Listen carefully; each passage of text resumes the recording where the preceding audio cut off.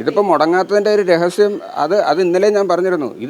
ഇത് പല ഉപകരണങ്ങളും പേഷ്യൻസ് തന്നെ വാങ്ങിച്ചു തരികയാണ്. ഇപ്പോൾ രോഗികൾ തന്നെ വാങ്ങിച്ചു തരികയാണ്. രോഗികൾ ഇപ്പോൾ RIRS എന്ന് പറഞ്ഞൊരു ഒരു ഓപ്പറേഷൻ ഉണ്ട്, RIRS. അത് നിങ്ങൾ അന്വേഷിച്ചാൽ അറിയാം. നിങ്ങൾ യൂറോളജി വന്നിട്ടുള്ള ഏതെങ്കിലും രോഗികളോട് ചോദിച്ചാൽ പറയാം നിങ്ങൾ എത്ര രൂപയാണ് ഇതിന് ഹോസ്പിറ്റലിൽ അടച്ചതെന്ന് പറഞ്ഞാൽ അവർ ആ എമൗണ്ട് പറഞ്ഞു തരും. ഞാൻ കള്ളം പറയുന്നതാണോന്ന് അറിയാൻ വേണ്ടി.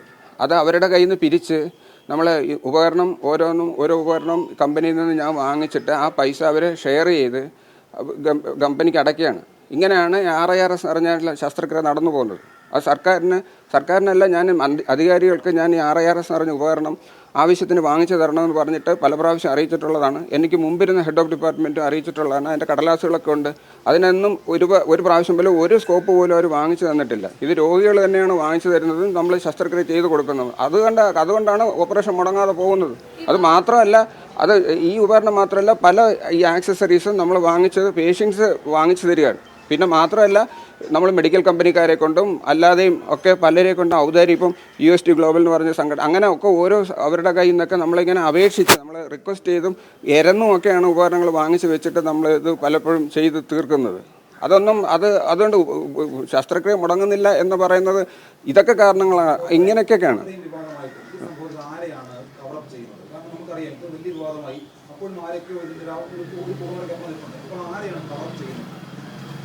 അത് നിങ്ങൾക്ക് തന്നെ ഊഹിക്കാമല്ലോ. ഇത് ഇപ്പോൾ ആരെയായിരിക്കും കവറപ്പ് ചെയ്യേണ്ടത്? അവർക്ക് ആരെയാണ് കവറപ്പ് ചെയ്യേണ്ടത് ആവശ്യം?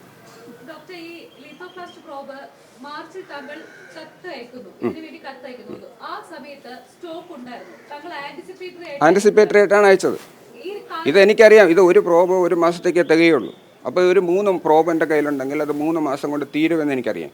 അപ്പോൾ ഓരോ പ്രോബ് തീരുമ്പോഴും പൊട്ടുമ്പോഴും നമ്മൾ ഈ കമ്പനിയല്ല ഇവരുടെ ഓഫീസിലേക്ക് നമ്മൾ കൃത്യമായിട്ട് അറിയിക്കുന്നതാണ്. ഇനി ഇത്രയേ ഉള്ളൂ, ഇത്ര കഴിഞ്ഞാൽ ഓപ്പറേഷൻ മുടങ്ങും എന്ന് പറഞ്ഞിട്ടുള്ളത്. അതിൻ്റെ എണ്ണം നമുക്ക് അഡ്മിറ്റ് ചെയ്തിരിക്കുന്ന നോക്കണം, കൃത്യമായിട്ട് ഓർമ്മയില്ല. എന്തായാലും ഞാൻ അഡ്മിറ്റ് ചെയ്യുന്ന രോഗികളെ അവർക്ക് കൂടുതൽ വെയിറ്റ് ചെയ്യാതിരിക്കാൻ വേണ്ടി ഒരാഴ്ച അല്ലെങ്കിൽ 10 ദിവസം മുമ്പ് മാത്രമേ രോഗികളെ അഡ്മിറ്റ് ചെയ്യത്തുള്ളൂ. ബാക്കിയുള്ളവർക്ക് നമ്മൾ വെയിറ്റിംഗ് ലിസ്റ്റ് ഡയറിയിൽ ഡേറ്റ് കൊടുത്ത് വിടുകയാണ് ചെയ്യുന്നത്. നേരത്തെ ഒരു സ്കൂളിലെ അധ്യാപകൻ പറഞ്ഞ കാര്യമുണ്ട്. സ്കൂളിലെ കുട്ടികൾക്ക് ഭക്ഷണം വാങ്ങാനായിട്ട് പിരിവെടുത്ത് അധ്യാപകൻ ഉച്ചക്കഞ്ഞി കൊടുക്കുന്ന ഒരു അവസ്ഥയെക്കുറിച്ച് തിരുവനന്തപുരം അധ്യാപകൻ പറഞ്ഞു. അതിന് സമാനമായിട്ടുള്ള കാര്യമാണ് അപേക്ഷിച്ച് മുഴുവനും ഒരു വകുപ്പ് മേധാവി ഉപകരണങ്ങൾ വാങ്ങിച്ച് ചികിത്സിക്കുക. തീർച്ചയായിട്ടും എനിക്ക് തന്നെ അത് മടുത്തതുകൊണ്ടാണ് ഞാനിങ്ങനെ ഒരു വിവാദപരമായിട്ട് പോസ്റ്റ് ഇട്ടത്. ഞാൻ അപേക്ഷിച്ചും എരന്നും മടുത്തു. നമ്മൾ ആൾക്കാരോട് എരന്നാണ് വാങ്ങുന്നത്. നമ്മൾ പേഷ്യൻസ് പൈസ അടയ്ക്കുന്നതെന്ന് പറഞ്ഞു കഴിഞ്ഞാൽ ഈ കമ്പനി ഇപ്പോൾ RIRSൻ്റെ സ്കോപ്പ് തന്നെ തരുന്നത് തിരുവനന്തപുരത്ത് ഏജൻസികളില്ല. കൊച്ചിയിലുള്ളൊരു ക്യാപ്സ്യൂൾ ഗ്ലോബൽ എന്ന് പറഞ്ഞ കമ്പനിയിൽ നിന്നാണ് അത് വാങ്ങുന്നത്. അപ്പോൾ അയാളുടെ ഒരു വിശാല മനസ്സുകൊണ്ടായിരിക്കാം നേരത്തെ സ്കോപ്പ് അയച്ചു തരും. പിന്നെ അതിനുശേഷം പേഷ്യൻസ് അയാളുടെ GPയിലേക്ക് ഈ നമ്പർ ഇത് അടയ്ക്കുകയോ അല്ലെങ്കിൽ അയാളുടെ ഏജൻറ്റ് വന്ന് പൈസ വാങ്ങുകയോ ചെയ്തുകൊണ്ടിരിക്കുകയാണ്. അത് കുറേ 6 മാസമെങ്കിലുമായിട്ട് അത് ചെയ്യുന്നുണ്ട്. അത് എനിക്ക് ഭയമുണ്ട്. കാരണം ഏതോ ഒരാൾ വന്ന് പൈസ കളക്ട് ചെയ്യുന്നു, ഏതോ ഒരാളുടെ GPയിൽ പൈസ അടയ്ക്കുന്നു. ഇതൊക്കെ എന്നെ സംബന്ധിച്ച് വളരെ എന്നെ മാത്രമല്ല എൻ്റെ ഡിപ്പാർട്ട്മെൻറ്റിലെ ഡോക്ടർമാരെ സംബന്ധിച്ച് അത് വളരെ റിസ്ക്കുള്ള കാര്യമാണ്. ഇത് എപ്പോൾ വേണമെങ്കിലും എനിക്കെതിരെ ഒരു വിജിലൻസ് എൻക്വയറിയൊക്കെ വരാം. കാരണം ഈ ഓപ്പറേഷൻ മുടങ്ങാതിരിക്കാൻ വേണ്ടിയിട്ടാണ്. ഈ RIRS ചെയ്തതിന് ശേഷമാണ് ഓപ്പറേഷൻ്റെ വെയിറ്റിംഗ് ലിസ്റ്റ് കുറഞ്ഞത്. അതിന് മുമ്പ് 6 മാസം വരെ വെയിറ്റിംഗ് ലിസ്റ്റ് ഉണ്ടായിരുന്ന ഓപ്പറേഷൻ കുറയാൻ ഈ RIRS ചെയ്തതിന് ശേഷം തുടങ്ങിയതിന് ശേഷമാണ് അത് കുറഞ്ഞു കിട്ടിയത്.